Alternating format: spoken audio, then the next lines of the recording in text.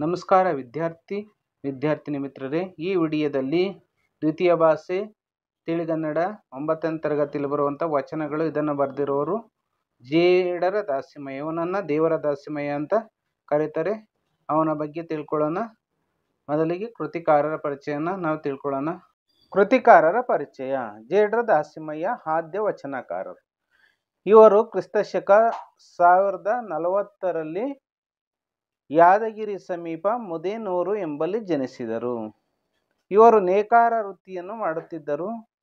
ಇವರ ಹೆಂಡತಿ ಹೆಸರು ದುಗ್ಗಳಿ. ವಚನ ಸಾಹಿತ್ಯಕ್ಕೆ ಉತ್ತಮ ಆರಂಭವನ್ನು ದಾಸಿಮಯ್ಯನವರು ದೊರಕಿಸಿಕೊಟ್ಟರು. ಸರಳ ಶೈಲಿಯ ಹಾಡುಮಾತು, ಮನಚಾದ ವಿಡಂಬನೆ ಮತ್ತು ಮೇಲ್ಮಟ್ಟದ ಚಿಂತನೆ ದಾಸಿಮಯ್ಯನವರ ವಚನಗಳ ವೈಶಿಷ್ಟ್ಯ. ಇವರು ರಾಮನಾಥ ಎಂಬ ಅಂಕಿತದಲ್ಲಿ ಹಲವಾರು ವಚನಗಳನ್ನು ರಚಿಸಿ ವಚನ ಸಾಹಿತ್ಯದ ಹಿರಿಮೆಯನ್ನು ಹೆಚ್ಚಿಸಿದ್ದಾರೆ. ಪ್ರಸ್ತುತ ವಚನಗಳನ್ನು ಕನ್ನಡ ಮತ್ತು ಸಂಸ್ಕೃತಿ ನಿರ್ದೇಶನಾಲಯ, ಬೆಂಗಳೂರು ಇವರು ಪ್ರಕಟಿಸಿರುವ ಸಂಕೀರ್ಣ ವಚನ ಸಂಪುಟ 2 ನೋಡಿ, ಸಂಕೀರ್ಣ ವಚನ ಸಂಪುಟ 2 ಎಂಬ ಕೃತಿಯಿಂದ ಆರಿಸಿದೆ. 17 ವಚನಗಳು ಜೇಡರ ದಾಸಿಮಯ್ಯ. ಈ ವಚನಗಳನ್ನು ಬರೆದಿರುವಂಥವ್ರು ಜೇಡರ ದಾಸಿಮಯ್ಯ. ಪಾಠ ಪ್ರವೇಶ ಅಂದರೆ ಪದ್ಯ ಪ್ರವೇಶಕ್ಕೆ ಬರೋಣ. ಕನ್ನಡದ ವಿಶಿಷ್ಟ ಸಾಹಿತ್ಯವಾದ ವಚನ ಸಾಹಿತ್ಯವು ಜನಸಾಮಾನ್ಯರ ಬದುಕನ್ನು ಹಸನಗೊಳಿಸುವ ಆಶಯವುಳ್ಳದ್ದಾಗಿದೆ. ನೋಡಿ, ಆಗಿನ ಕಾಲದಲ್ಲಿ 10ನೇ ಶತಮಾನದಲ್ಲಿ ಹಳಗನ್ನಡ ಸಾಹಿತ್ಯ ಚಂಪು ಬಹಿಷ್ಠವಾಯಿತು. ಪಂಪ, ರನ್ನ, ಜನರ ಕಾವ್ಯಗಳನ್ನು ಬರೀ ಪಂಡಿತರು ಓದ್ತಾ ಇದ್ರು. ಪಾಮರರು ಅಂದರೆ ಜನಸಾಮಾನ್ಯರು ಓದೋದಕ್ಕೆ ಸಾಧ್ಯವಿರಲಿಲ್ಲ. ಆದ್ರಿಂದಲೇ 12ನೇ ಶತಮಾನದಲ್ಲಿ ಬಂದಂಥ ವಚನ ಸಾಹಿತ್ಯ ಜನಸಾಮಾನ್ಯರ ಬದುಕನ್ನು ಹಸನುಗೊಳಿಸುವ, ಬದುಕನ್ನು ಬಂಗಾರಗೊಳಿಸುವ ಆಶಯವುಳ್ಳದ್ದಾಗಿದೆ. ಕ್ರಿಸ್ತಶಕ 12ನೇ ಶತಮಾನದಲ್ಲಿ ವಚನ ಸಾಹಿತ್ಯ ಬಳಕೆಗೆ ಬಂತು. ವಚನ ಅಂದರೆ ಮಾತು, ಬಿಡಿಮುತ್ತು ಅಂತ ಅರ್ಥ. ಜೇಡರ ದಾಸಿಮಯ್ಯ ಇವನು ಕನ್ನಡದ ಪ್ರಥಮ ವಚನಕಾರ. ಇವನನ್ನು ಆದ್ಯ ವಚನಕಾರ ಅಂತ ಕರಿತೀವಿ. ಬಸವಣ್ಣ, ಅಕ್ಕಮಹಾದೇವಿ, ಅಲ್ಲಮಪ್ರಭು ಮೊದಲಾದ ನೂರಾರು ಶರಣೆಯರು ವಚನ ಸಾಹಿತ್ಯವನ್ನು ಸಮೃದ್ಧವಾಗಿ ಬೆಳೆಸಿದ್ದಾರೆ. ಭಾಷೆ, ಶೈಲಿ ಮತ್ತು ವಸ್ತುವಿನ ದೃಷ್ಟಿಯಿಂದ ಕ್ರಾಂತಿಯನ್ನುಂಟು ಮಾಡಿದ ಸಾಹಿತ್ಯ ಇದಾಗಿದೆ.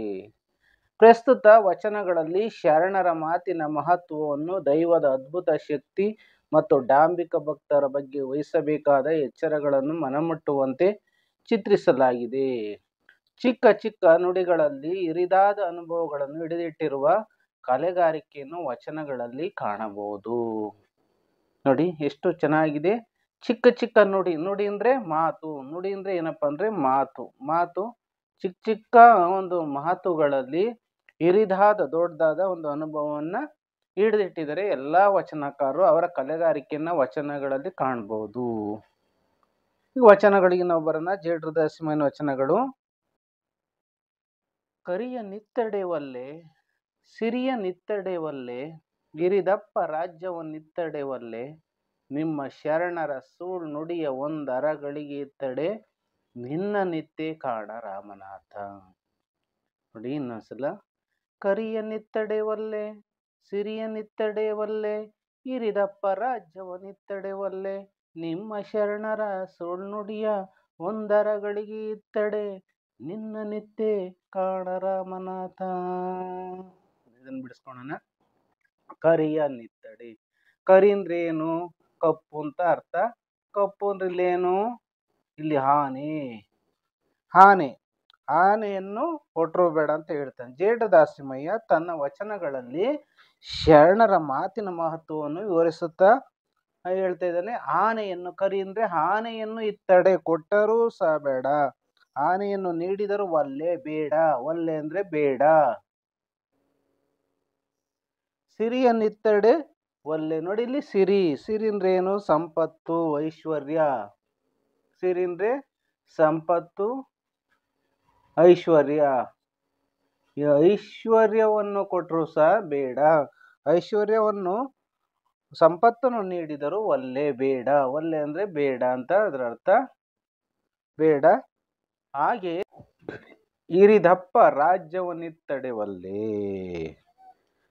ನೋಡಿ ಇಲ್ಲಿ ದೊಡ್ಡದಾದ ರಾಜ್ಯವನ್ನು ಕೊಟ್ಟರು ಸಹ, ಸಾಮ್ರಾಜ್ಯವನ್ನು ಕೊಟ್ಟರು ಸಹ ಒಲ್ಲೆ, ಬೇಡ. ನಿಮ್ಮ ಶರಣರ ಸೂಳ್ ನುಡಿಯ ಒಂದರಗಳಿಗೆ ಇತ್ತಡೆ, ನಿನ್ನ ನಿತ್ಯ ಕಾಣ ರಾಮನಾಥ ಅಂತ. ನಿಮ್ಮ ಶರಣರ ನೋಡಿ, ಇಲ್ಲಿ ಸುಳ್ಳು ನುಡಿ ಅಂತ ಬಳಸಿದ್ದಾರೆ. ಸುಳ್ಳು ನುಡಿ ಅಂದ್ರೆ ಏನಪ್ಪ ಅಂದ್ರೆ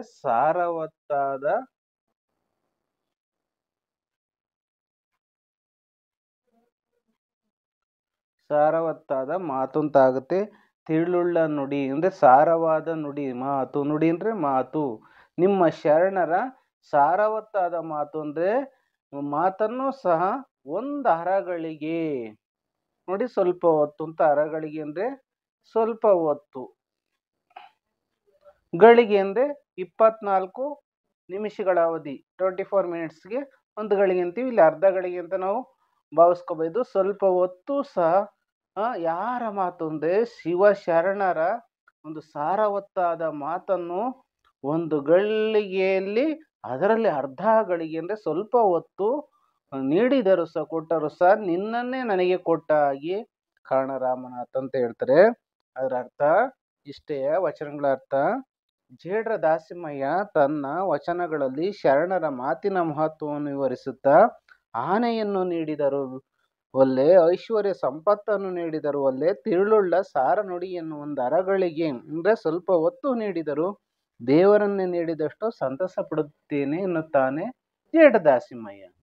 7ನೇ ವಚನಕ್ಕೆ ಬರೋಣ. ಕಡಗೀಲಿಲ್ಲದ ಬಂಡಿ ಒಡಗೆಡೆಯದೆ ಮಾಡ್ಬುದೆ, ಕಡಗೀಲು ಬಂಡಿಗಾಧಾರ ಈ ಕಡುದರ್ಪವೇರಿದ ಒಡಲೆಂಬ ಬಂಡಿಗೆ, ಬುಡಭಕ್ತರ ನುಡಿ ಗಣನವೇ ಕಡಗೀಲು ಕಾಣ ರಾಮನಾಥ. ನೋಡಿ, ಇಲ್ಲಿ ಹೇಳ್ತಾ ಇದ್ದಾನೆ, ಕಡಗೀಲಿಲ್ಲದ ಬಂಡಿ ಒಡಗೆಡೆಯದೆ ಮಾಡ್ಬುದೆ, ಕಡಗೀಲು ಬಂಡಿಗಾಧಾರ ಈ ಕಡುದರ್ಪವೇರಿದ ಒಡಲೆಂಬ ಬಂಡಿಗೆ, ಬುಡಭಕ್ತರ ನುಡಿಗಡಣವೇ ಕಡಗೀಲು ಕಾಣ ರಾಮನಾಥ ಅಂತ ತಿಳ್ಕೊಳ್ಳೋಣ. ಇಲ್ಲಿ ಕಡಗೀಲು ನೋಡಿ, ಇಲ್ಲಿ ಕಡಗೀಲು ಇಲ್ಲಿ ನೋಡಿ, ಇಲ್ಲಿ ಇರ್ತದೆ. ಇಂಗ್ಲಿಷಲ್ಲಿ ಇದನ್ನ ಬಂಡಿಯನ್ನ ಕಾರ್ಟ್ ಅಂತ ಕರೀತಾರೆ. ಕಡಗೀಲು ತೋರಿಸಿನಲ್ಲ ಚಿತ್ರದಲ್ಲಿ. ಕಡಗೀಲು ಅಂದ್ರೆ ಕಡಾಣಿ, ಕಡಾಣಿ ಅಂತಾರಲ್ಲ ಅದು. ಕಡಾಣಿ, ಕರಾಣಿ ಅಂತಲೂ ಸಹ ಕರೀತಾರೆ. ಕಡಗೀಲು ಅಂದ್ರೆ ಕಡಾಣಿ, ಕರಾಣಿ ಅಂತಲೂ ಸಹ ಕರೀತಾರೆ. ಈ ಕಡಗೀಲು, ಕಡಾಣಿ ಇಲ್ಲದ ಬಂಡಿ ಗಾಡಿ ಒಡಗೆಡೆಯದೆ ಮಾಡ್ಬುದೆ ಅಂದ್ರೆ ಹೊರಗೆ ಬರದೆ ಬಿಡುವುದೇ. ಮಾಡ್ಬುದೆ ಅಂದ್ರೆ ಬಿಡುವುದೇ ಅಂತ ಇದ್ರ ಅರ್ಥ. ಬಿಡುವುದೇ ಅಂತ ಅರ್ಥ. ಅಂದ್ರೆ ಕಡಾಣಿ ಇಲ್ಲದ ಗಾಡಿ ನೋಡಿ, ಅದು ಒಂದು ಆ ಚಕ್ರ ಅನ್ನೋದು ಏನಾಗುತ್ತೆ, ಹೊರ ಬಂದೇ ಬರುತ್ತೆ. ಯಾಕಂದ್ರೆ ಅದಕ್ಕೆ ಆಧಾರ ಅದೇ ಆಗಿರುತ್ತೆ ಅಲ್ವಾ. ಒಡಗೆಡೆ ಅಂದ್ರೆ ಮಗುಚಿ ಬೀಳುವಂತ. ಒಡಗೆಡೆ ಅಂದ್ರೆ ಮಗುಚಿ ಬಿದ್ದು ಬಿಡುತ್ತೆ, ಮಗುಚಿ ಬೀಳುವಂತ ಇದ್ರ ಅರ್ಥ. ಮಗುಚಿ ಬೀಳುವಂತ. ಕಡಗಿಲ್ಲದ, ಕಡಾಣಿಲ್ಲದ ಗಾಡಿ ಮಗುಚಿ ಬೀಳದೆ ಬಿಡುವುದೇ ಅಂತ ಇದ್ರ ಅರ್ಥ. ನೋಡಿ, ಹಾಗೆ ಕಡಗೀಲು ಬಂಡಿಗೆ ಆಧಾರ, ಆ ಕಡಾಣಿಯ ಬಂಡಿಗೆ ಆಧಾರವಾಗಿರುತ್ತೆ. ಅದೇ ರೀತಿ ಈ ಕಡುದರ್ಪವೇರಿದ ಒಡಲೆಂಬ ಬಂಡಿಗೆ, ಬುಡಭಕ್ತರ ನುಡಿ ಗಡಣವೇ ಕಡಗೀಲು ಕಾಣ ರಾಮನಾಥ ಅಂತ ಹೇಳ್ತಾನೆ ಜೇಡ್ರ ದಾಸಿಮಯ್ಯ.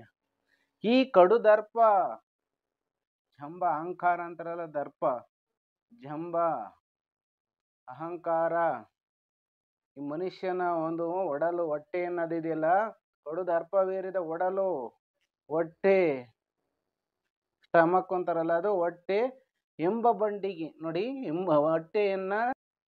ಹೊಟ್ಟೆಯನ್ನ ಬಂಡಿಗೆ ಜೇಡ್ರ ದಾಸಿಮಯ್ಯ ಹೋಲಿಸಿದಾನೆ ನೋಡಿ. ಬುಡಭಕ್ತರ, ಬುಡ ಅಂದ್ರೆ ಇಲ್ಲಿ ಶಿವ, ಶಿವನ ಭಕ್ತರ ನುಡಿ ಅಂದ್ರೆ ಮಾತು, ಮಾತಿನ ಗಡಣ ಅಂದ್ರೆ ಸಮೂಹವೇ.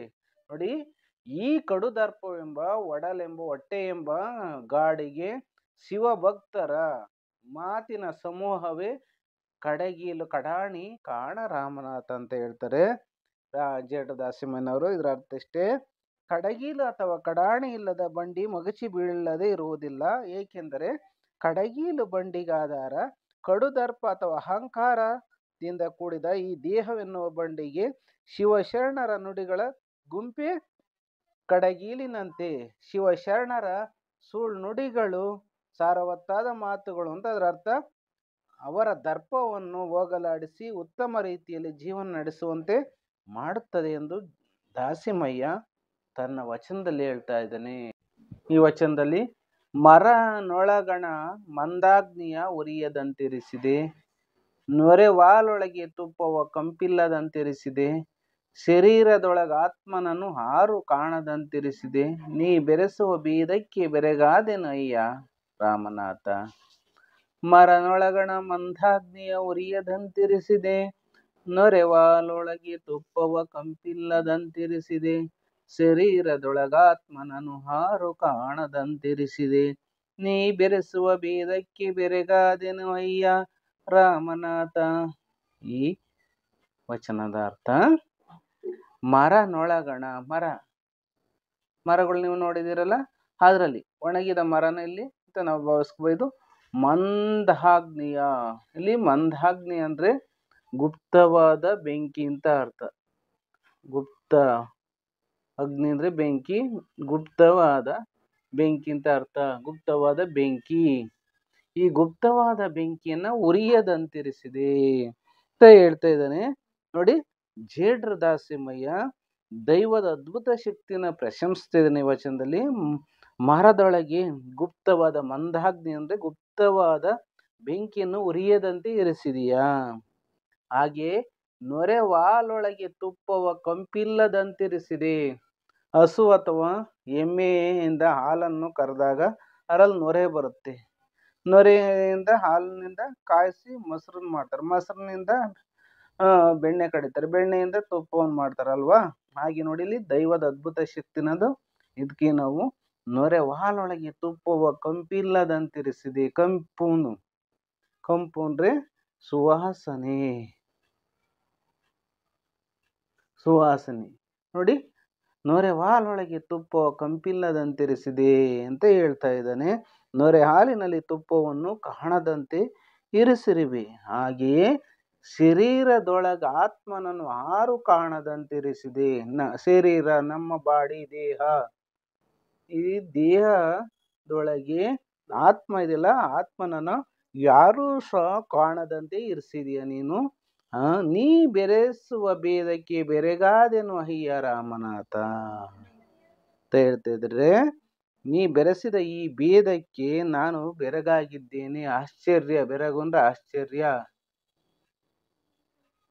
ಆಶ್ಚರ್ಯವಾಗಿದ್ದೇನೆ ರಾಮನಾಥ ಅಂತ ಜೇಡ್ರ ದಾಸಿಮಯ್ಯನವರು ಹೇಳ್ತಿದ್ದಾರೆ. ಈ ವಚನದ ಸಾರಾಂಶ ಇಷ್ಟೇ ಮಕ್ಕಳ. ಜೇಡ್ರ ದಾಸಿಮಯ್ಯ ದೈವದ ಅದ್ಭುತ ಶಕ್ತಿಯನ್ನು ಪ್ರಶಂಸಿಸುತ್ತಾ ಮರದೊಳಗೆ ಮಂದಾಗ್ನಿಯನ್ನು ಉರಿಯದಂತೆ ಇರಿಸಿದೆ, ನೊರೆ ಹಾಲಿನಲ್ಲಿ ತುಪ್ಪವನ್ನು ಕಾಣದಂತೆ ಇರಿಸಿರುವೆ, ಹಾಗೆಯೇ ಶರೀರದೊಳಗೆ ಆತ್ಮವನ್ನು ಕಾಣದಂತೆ ಇರಿಸಿದ್ದೀಯ. ನೀ ಬೆರೆಸಿದ ಭೇದಕ್ಕೆ ನಾನು ಬೆರಗಾಗಿದ್ದೇನೆ ಎಂದು ದೇವರನ್ನು ಕುರಿತು ತನ್ನ ವಚನದಲ್ಲಿ ಹೇಳುತ್ತಾನೆ. ಮುಂದಿನ ಕೊನೆಯ ಪದ್ಯ. ಬರು ಸಟಗನ ಭಕ್ತಿ ದಿಟವೆಂದು ನಚ್ಚಲು ಬೇಡ, ಮಠದೊಳಗಣ ಬೆಕ್ಕು ಇಲಿಯ ಕಂಡು ಪುಟ ನೆಗೆದಂತಾಯ್ತು ಕಾಣ ರಾಮನಾಥ. ಬರು ಸಟಗನ ಭಕ್ತಿ ದಿಟವೆಂದು ನಚ್ಚಲು ಬೇಡ, ಮಠದೊಳಗಣ ಬೆಕ್ಕು ಇಲಿಯ ಕಂಡು ಪುಟ ನೆಗೆದಂತಾಯ್ತು ಕಾಣ ರಾಮನಾಥ. ಜೇಡ್ರ ದಾಸಿಮಯ್ಯ ಈ ವಚನದಲ್ಲಿ ಹೇಳ್ತಾ ಇದ್ದಾನೆ. ಡಾಂಬಿಕ ಭಕ್ತರು, ಡೊಂಗಿ ಭಕ್ತರು, ಅವ್ರ ಬಗ್ಗೆ ಹೇಳ್ತಾ ಇದ್ದಾನೆ. ಭಕ್ತರ ಬಗ್ಗೆ ವಿವರಿಸ್ತಿದ್ದಾನೆ. ಡಾಂಬಿಕ ಭಕ್ತರು ತೋರುವ ಆಡಂಬರದ ಸೋಗಿನ ಭಕ್ತಿಯನ್ನು ನಿಜವೆಂದು ನಂಬಬೇಡ. ನೋಡಿಲಿ, ಬರು ಸಟಗನ ಭಕ್ತಿ ದಿಟವೆಂದು ನಚ್ಚಲು ಬೇಡ. ಸಟಗ ಅಂತ ಇದೆ ನೋಡಿ, ಸಟಗ ಮೋಸಗಾರ ಅಂತ ಇದ್ರ ಅರ್ಥ. ಮೋಸಗಾರ, ಬರೀ ಮೋಸವನ್ನ ಮಾಡುವಂತ ಮೋಸಗಾರನ ಭಕ್ತಿ ದಿಟ, ನಿಜ, ಸತ್ಯ, ಟ್ರೂತ್ ಅಂತಾರಲ್ಲ, ಅದು ಸತ್ಯವೆಂದು ನಚ್ಚಲು ಬೇಡ. ಮಠದೊಳಗಣ, ಮಠದಲ್ಲಿ, ಹೇಗೆ ಮಠದಲ್ಲಿನ ಬೆಕ್ಕು ಇಲಿಯನ್ನು ಕಂಡು, ಇಲಿ ಕಂಡು ಪುಟ ನೆಗೆದಂತಾಯ್ತು ಕಾಣ ರಾಮನಾಥ. ಅಂದ್ರೆ ಹೇಗೆ ಮಠದಲ್ಲಿನ ಬೆಕ್ಕು ಇಲಿಯನ್ನು ಕಂಡು ಪುಟ ನೆಗೆದು ಹೋಗುತ್ತದೆಯೋ, ಹಾಗೆಯೇ ಇಂತಹ ಭಕ್ತರು ಯಾವುದೇ ಸ್ವಾರ್ಥ ಸಾಧನೆಗಾಗಿ ಭಕ್ತಿಯ ಮುಖವಾಡವನ್ನು ಧರಿಸಿದ್ದಾರೆ ಎಂದು ತನ್ನ ವಚನದಲ್ಲಿ ಹೇಳ್ತಾ ಇದ್ದಾನೆ. ನೋಡಿ, ಇಲ್ಲಿ ಬರು ಸಟಗನ ಭಕ್ತಿ ದಿಟವೆಂದು ನಚ್ಚಲು ಬೇಡ. ಇಲ್ಲಿ ನಚ್ಚು ನನ್ನ ಪದ ಇದೆ, ನಂಬು ಅಂತ. ನಂಬಬೇಡ, ಮಠದಲ್ಲಿರುವಂತ ಬೆಕ್ಕು ಇಲಿಯ ಕಂಡು ಪುಟ ನೆಗೆದಂತಾಯ್ತು ಕಾಣ ರಾಮನಾಥ ಅಂತ ಹೇಳ್ತಾ ಇದ್ದಾರೆ. ಎಲ್ಲರಿಗೂ ಸಹ ಧನ್ಯವಾದಗಳು.